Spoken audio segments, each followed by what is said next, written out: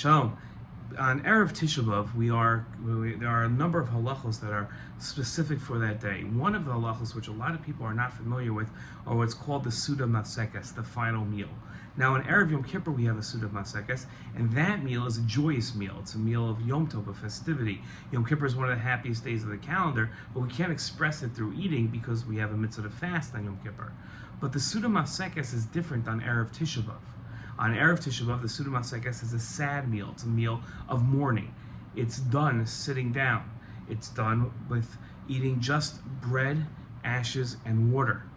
The idea of the Seudah Mafskekes is that it's an expression of our mourning, of our sadness. The meal before that is where we get full. Then we have to stop our meal and then really have Birkat Hamazon, bench, say the grace after meals, and then have a whole separate meal before the fast begins, where again we sit on the floor, we take bread, dip it into ashes that we've prepared beforehand, and drink that with water. And that meal is such a sad meal that we're not supposed to eat it with other people. We shouldn't have a zimun in that meal. That way each person takes a corner of the room by themselves, sits down in mourning like they would if they were sitting Shiva, and really enters the day of Tisha B'Av from that meal. That's the meal that we have. That's what's called the Seudah Mafskekes. That's a halacha.